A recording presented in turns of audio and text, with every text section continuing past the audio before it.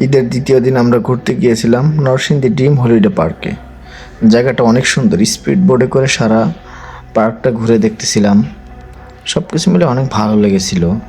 Speed board journey, তারপরে নদীর ভিতরে একবারে পুরো ভিউটা দেখা যাচ্ছে। এই যে বাম পাশে যেটা দেখতেছি এই ভিউটা অনেক সুন্দর। স্পিড বোটে ঘুরে অবশ্যই আপনারা গেলে দেখবেন, অনেক ভালো লাগবে লেক পার দিয়ে। তারপরে যে সামনে বাম পাশে একটা দ্বীপ আছে, দ্বীপটাও অনেক সুন্দর। সব কিছু মিলে অনেক ভালো লেগেছে।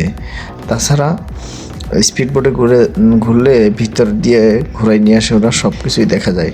এটা হচ্ছে গ্রামের একটা সিন, আদর্শ গ্রাম।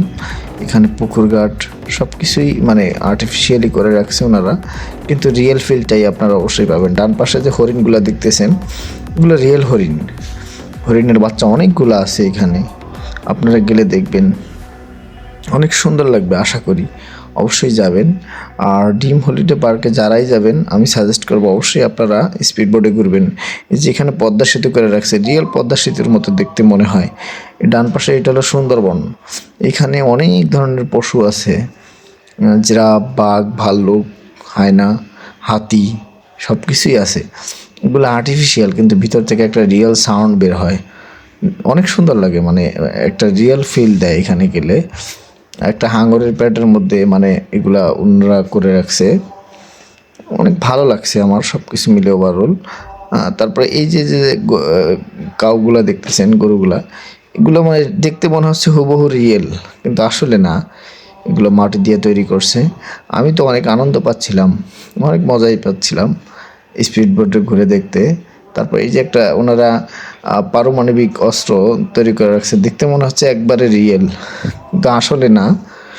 আমার মনে হয় এটা আর্টিফিশিয়াল, মনে হয় না এটা আর্টিফিশিয়ালি হবে, কারণ এইভাবে তো আর এই জিনিসগুলো এইভাবে রাখা যায় না, তাই না?